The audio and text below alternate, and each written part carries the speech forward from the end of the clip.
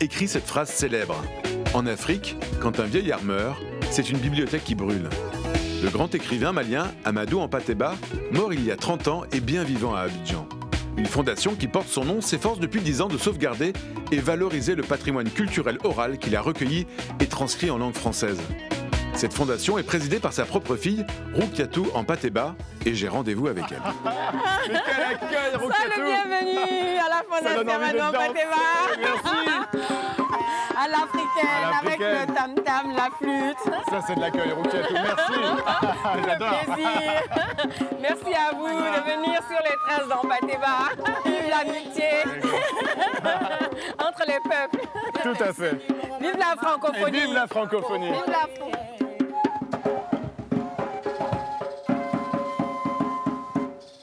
Wow! Merci, Roukiatou. Quel accueil tu me fais. Tout le plaisir.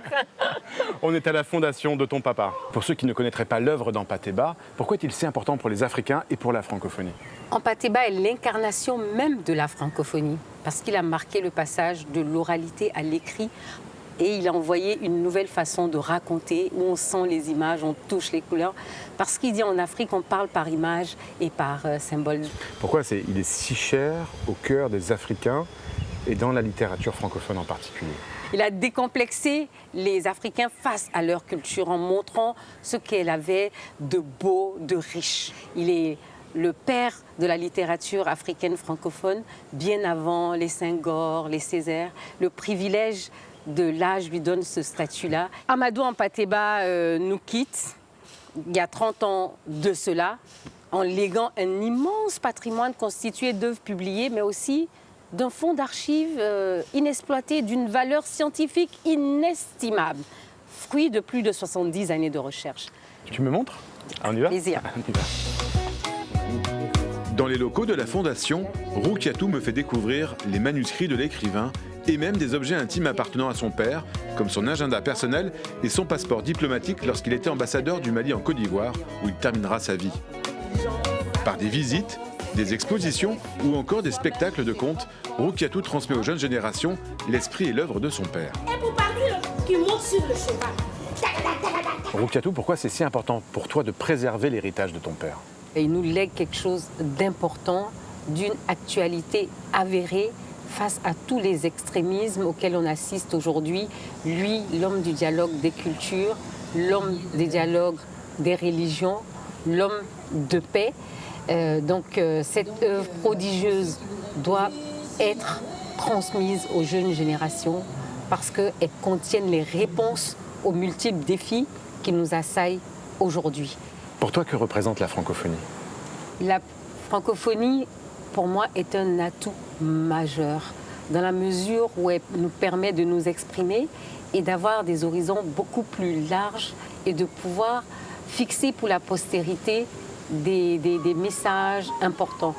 Et la musique a repris. Oui, alors dans ce même prolongement de célébration de cette œuvre d'Hampâté-Bâ, je vous conseille vivement d'aller voir l'adaptation à travers la danse contemporaine que Jean-Paul Méancio va faire. D'accord. Un spectacle, il se trouve où? À Mondoukou, tout près de Grand Bassam. À Grand Bassam. Merci, Roukiatou, pour ton Le accueil. plaisir et merci pour votre T'es ravi de voir ta intérêt. montage. À bientôt, salut. Au revoir. Ciao.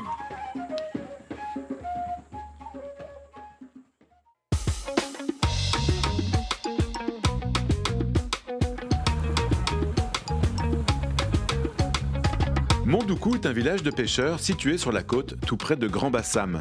C'est ici que le chorégraphe Jean-Paul Méancio a décidé de créer une résidence d'artistes.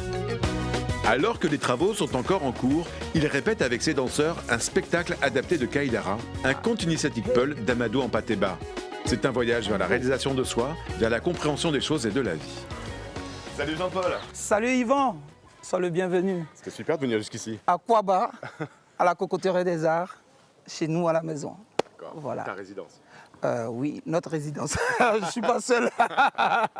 Écoute, viens déjà.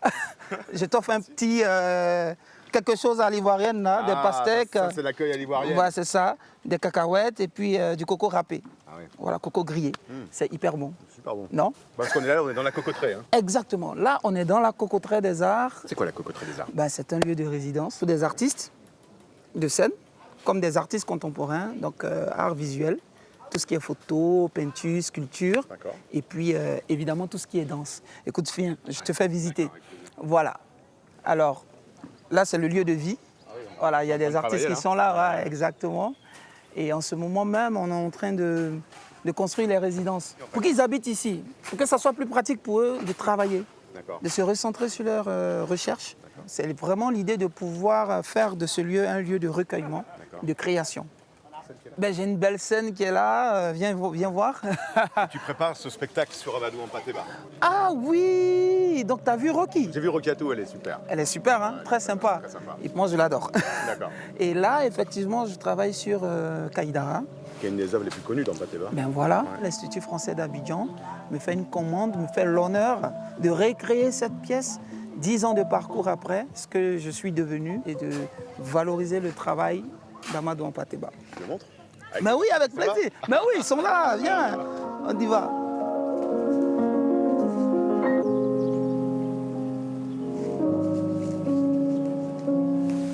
On s'est fait surprendre par la pluie, hein? Ben écoute, ça arrive de temps en temps, en bordure de mer, hein, c'est comme ça. C'est comme ça. Jean-Paul, pourquoi c'était important pour toi de mettre du corps dans l'œuvre dans Patéba, sur le plateau? Ben, c'est déjà un hommage. Et puis, en même temps, ça me met en danger parce que quand même, ce qu'il écrit, c'est tellement fort, c'est un enseignement. Et comment pouvoir le transmettre avec le corps? Ben, je fais partie de cette école aussi qui dit que le corps, à lui seul, peut bien transmettre des émotions et des états d'âme.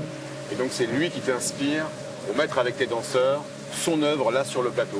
Plus je décortique ça, plus je suis à son école et je comprends comment, par la parole ou par l'écrit, il arrive à transmettre sa connaissance. Et donc par la danse, comment je peux arriver à sublimer ça?